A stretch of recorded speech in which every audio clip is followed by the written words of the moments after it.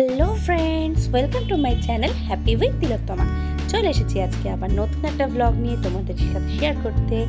হ্যাঁ ঠিকই দেখছো, মেয়ের মুখে তো হাসি কেন? আমরা সেদিন গেছিলাম সায়েন্স সিটি। দেখেছো কি এক্সাইটেডও? ঢুকেই কিন্তু ফটো সেশন আমাদের কমপ্লিট। এখানে একটা খুঁজছিল, এখানে বলতেই বললো মা ভেতরে সব ডবল ডবল লাগছে। কি এক্সাইটেড ছিল! এই মিররগুলোর সামনে এসে দেখো কি লম্বা হয়ে গেছে। ও বলছে ও মা আমি তো এত লম্বা না। আবার দেখো নাটাও হয়ে গেছে। ও তো জাস্ট অবাক, খুব বিষাদে পড়ে গেছিল নাটা হয়েছে দেখে।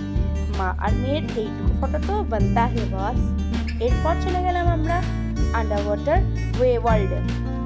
দারুণ ছিল, দুজনে কিন্তু দুটো 3D গ্লাস চাপিয়ে আমরা সেই শোটা দারুণভাবে এনজয় করেছি। এরপর যেটার জন্য ওয়েট করেছিলাম সেটা হচ্ছে এই সায়েন্স সিটি ডার্ক ওয়ার্ল্ডের শোটা। ওফ, জাস্ট অসাধারণ ছিল। চারদিকে লাইটিং দেখেছো, জাস্ট ফাটাফাটি। সত্যিই খুব ভালো শো ছিল। রাই তো জাস্ট আমাকে চেপেই ধরেছিল, ও মা ভয় লাগছে বলে। হঠাৎ করে এর পরের সেকশনে গেলাম, যেখানে দেখলাম একটা অ্যাকোরিয়াম কাইন্ড অফ। কোথার থেকে কবে থেকে কিভাবে আমাদের রূপান্তর হয়েছে সেটাই দেখিয়েছি। এরপর চলে গেলাম সেই তৃণভোজী ডাইনোসরের ওয়ার্ল্ডে। দেখি কিন্তু ভয় লাগছিল।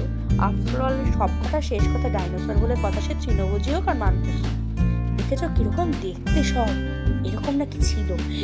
কত বড় গলা! রাই তো দেখে জাস্ট ভয় কাঁপছিল, ও মা আমি থাকবো না এই জাস্ট বলছিল, জানো তো।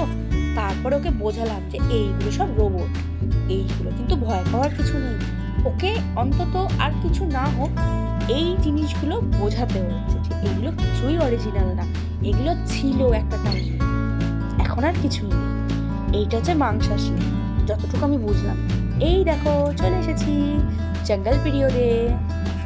এই সময়টা ছিল হচ্ছে একদমই ডাইনোসরের কি বলে ওটাকে, সেকশনটা কমপ্লিট হয়ে যায়, তারপরে এই জঙ্গল পিরিয়ডটা স্টার্ট হয়।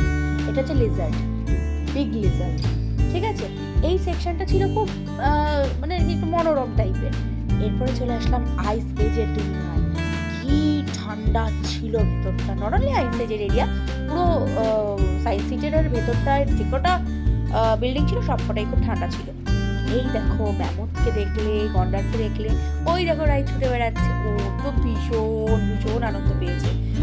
এত ফাঁকা জায়গা দেখেছো কি সুন্দর লাগছে সায়েন্স সিটিটা।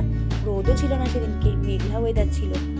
এরপর আমি আর আমার মেয়ে চলে গেলাম এই টাইম ট্রাভেলের দুনিয়ায়। ছোট্ট একটু ভিডিও করতে পেরেছি কারণ আমি এনজয় করতে ব্যস্ত ছিলাম, আর আমার মেয়ে তো আমাকে জড়িয়েই ধরেছিল। Last but not the least, আমরা চলে গেলাম রোপওয়ে। আমরা সায়েন্স সিটির ভেতর থেকে উঠেছি, উঠে একদম আউটে গিয়ে আমরা বেরিয়ে গেছি, আর কোথাও ব্যাক করি। সুন্দর লাগছিল দেখেছো। আমরা কিন্তু রোপওয়ে থেকে অনেক কিছু দেখলাম, কি সুন্দর লাগছে দেখো। এই আমাদের সায়েন্স সিটির এই পোর্শনটা, মেজের জায়গাটা, সায়েন্স সিটির বড় বড় বিল্ডিং, পুরো কলকাতা শহরটা কত সুন্দর লাগছে। আমরা সবাই খুব এনজয় করছিলাম। দেখো কত ছোট ছোট বিল্ডিং হয়ে লাগছে, কত দূর থেকে দেখা যাচ্ছে সব কিছু। তারপর চলে আসলাম একদম শেষের পর্যায়ে।